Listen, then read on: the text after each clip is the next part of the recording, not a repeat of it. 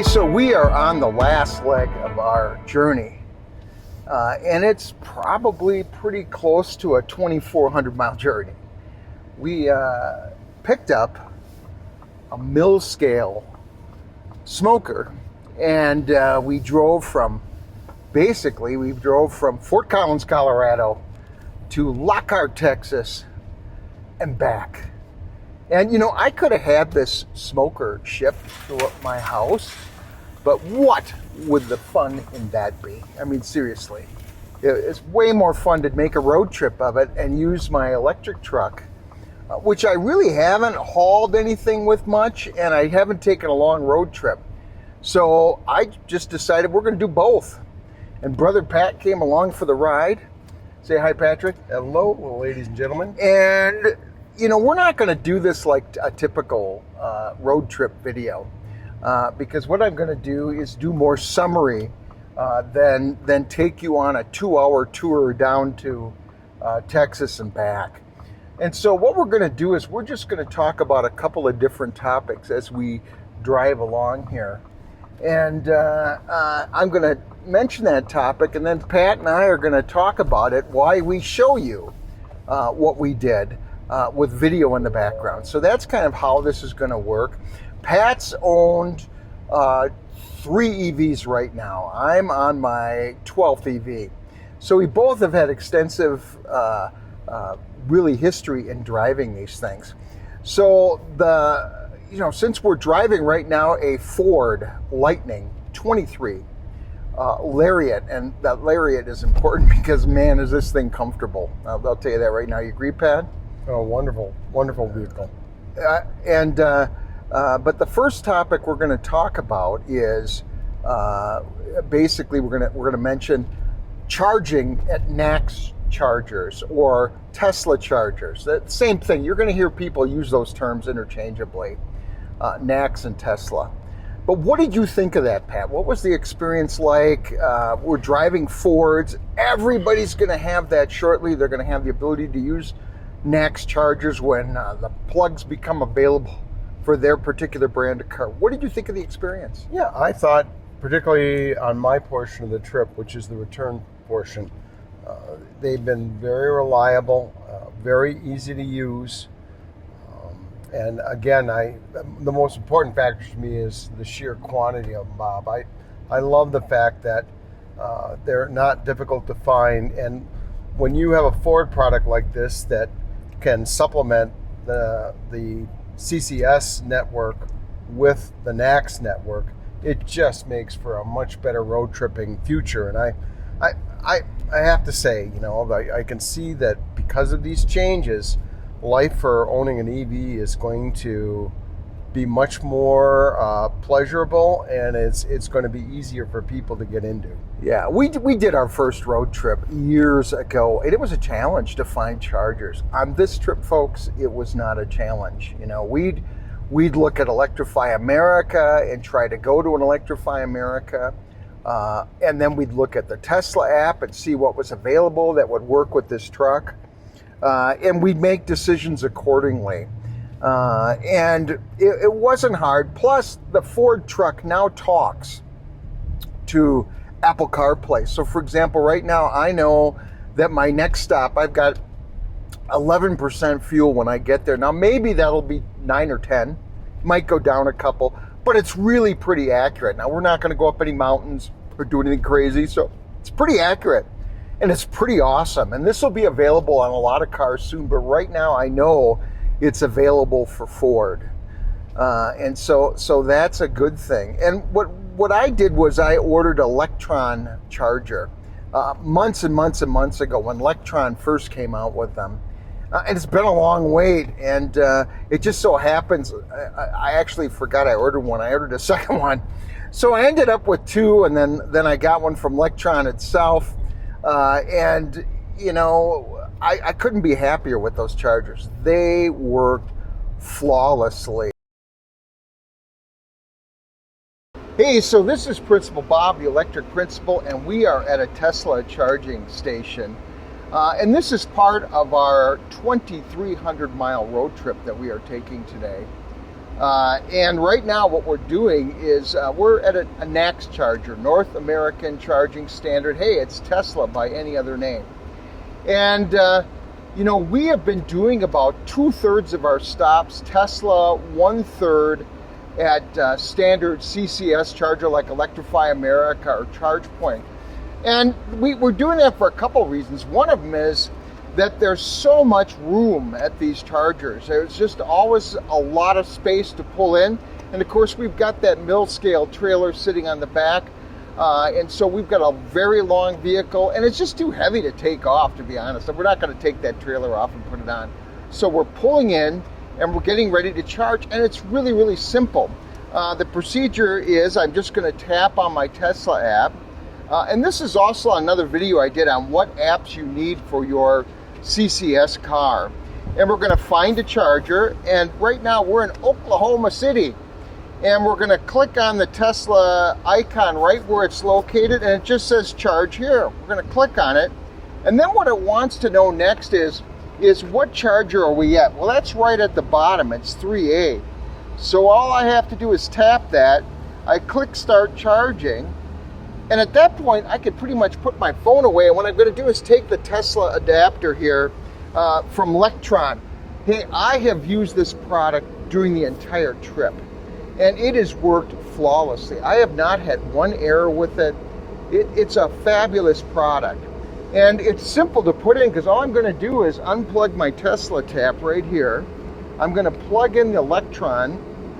And there's a little release here. It kind of helps to push that in. I can get it into the Lectron adapter much easier. And then I'm just going to open up my port and plug it in. All right, and I'm going to wait for the blue light. And once that blue light is on, I know it's working. And you know, when you charge at a Tesla charger, and now I've done it with a couple of different cars, you know, it starts out at 160 kilowatts charging speed. And then what would happen, Pat, after we got off the 160? Well, using the Lectron Adapter, which I have in my hand right here, basically, once you get to the 50% range, it would drop and stay consistent through most of the charge process to 80% to, it would be right around 100 kilowatts. Would we like it faster? Yes. Yeah. Would we like it? Yes. It would be great if it would maintain that 150 all the way to 80%. Would we like to be able to access NACS chargers that are V2s? In other words, they only max at 150 versus the V3s, which of course are the 250. Yes, I would love for Ford and BMW and Rivian to have access to the entire suite. But right now, life is pretty good getting access to the V3s. And as long as you know that, life's good. And the other thing I'd say on that same subject is, you know, to be honest, when we'd go to Tesla chargers, 90% of the time, it was not a hassle to pull in this Ford Lightning with a trailer attached and find enough spaces open that I could take up 2 slots and not have the back end hanging out.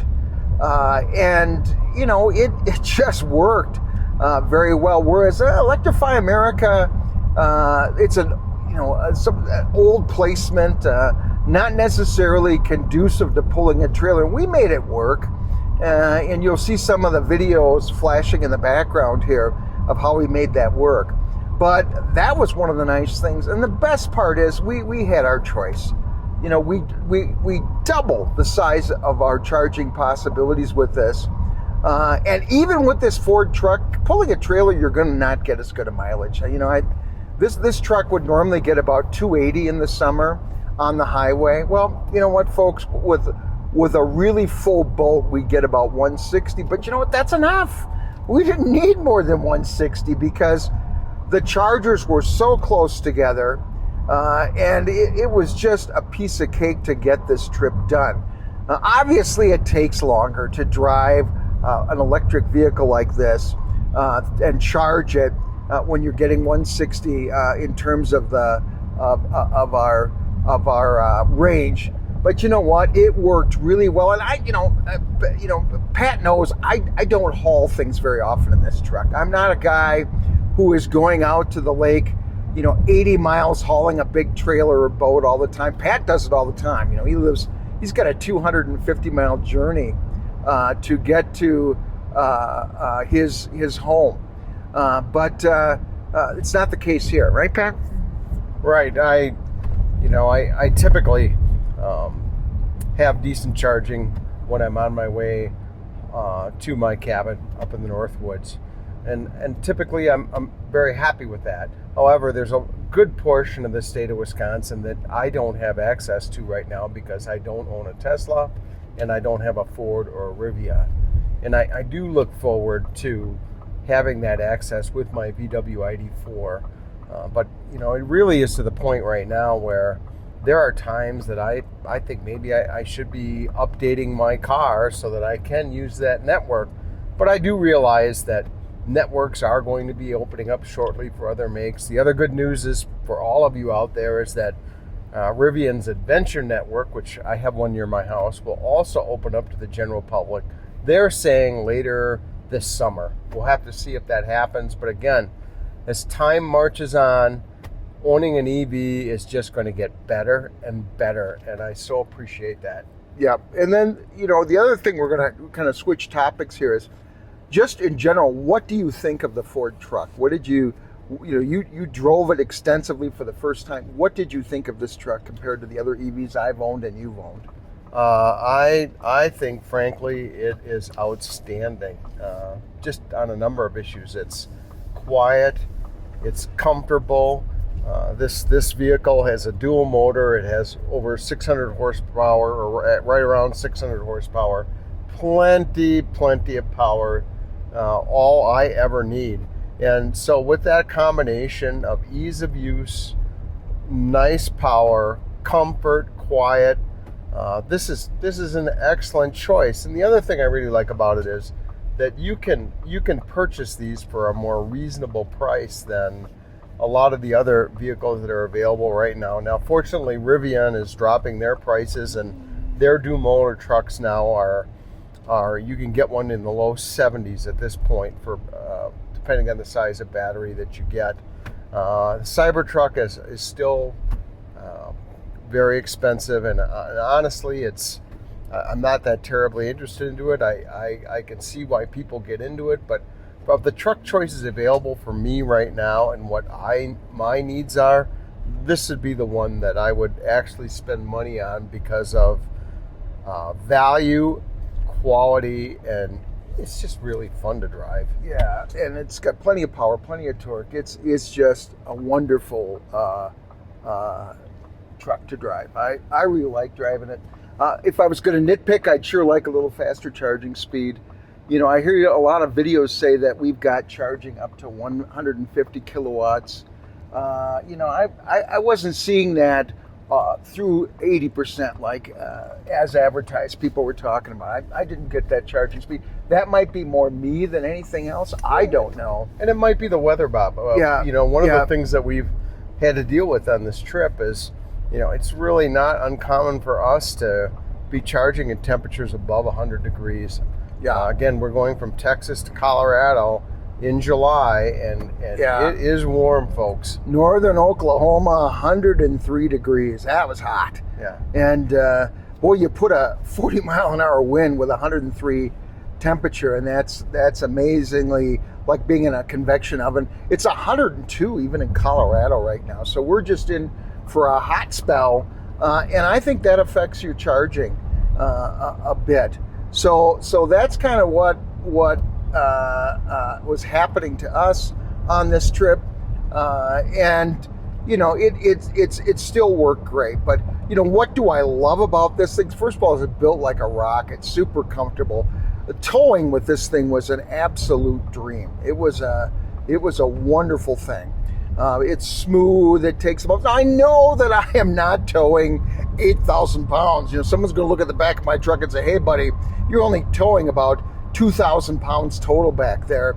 Because I got the mill scale, which is about 800 pounds. I got the trailer, which weighs about 800 pounds. And then I have another live fire cooker slash fire pit slash whatever you want to call it from mill scale that I picked up. Didn't mean to pick it up, but it just followed me home. That adds a bit of weight. But you know what? You could tell you're in a real truck. When you're driving a Ford, you're driving a real truck. And so really appreciated that. And this kind of lends to the next topic, which is barbecue. We're talking barbecue. That's something I don't talk about much on my channel, but Pat and I, our whole family, we're into cooking. Mom made sure that we knew how to cook. She really did. She made sure we could iron and cook. Because I personally think she didn't think we were going to get partners, but we managed to get those.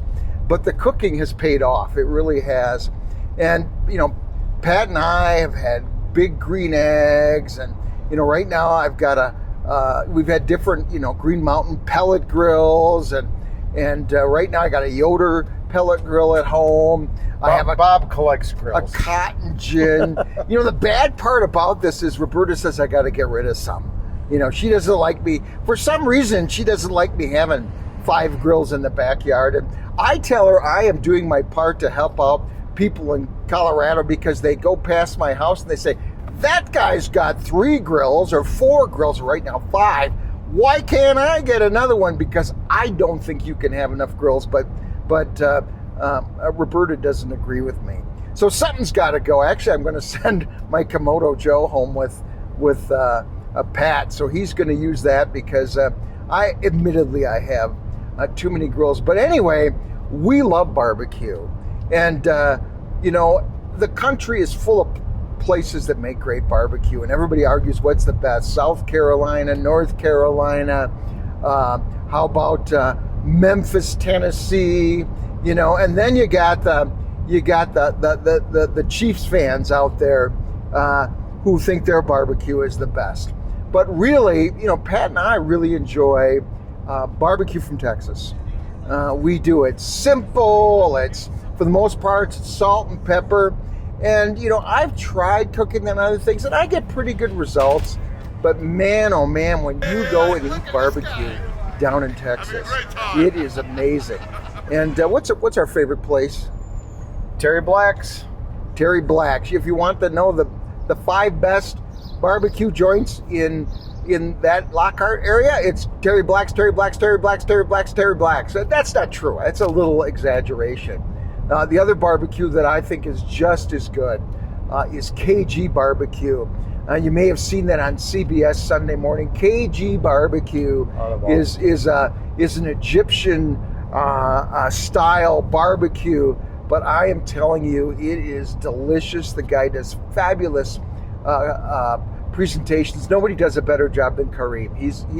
He's incredible at what he does. But we like that, and so in my quest to taste barbecue from all over the place, I took a little trip down to Lochart, and I've been to Lochart 5-6 times. I love the place, but we ran into this little place that makes cookers and makes smokers and a lot of live fire grills known as Mill scale. And man, you walk into that place and it was like love at first sight. I saw a 94-gallon mill scale cooker and I started thinking, I really need one of those. I don't want one of those, I need one of those. So that's what's attached to the back of the car, because that's how Texas barbecue is done.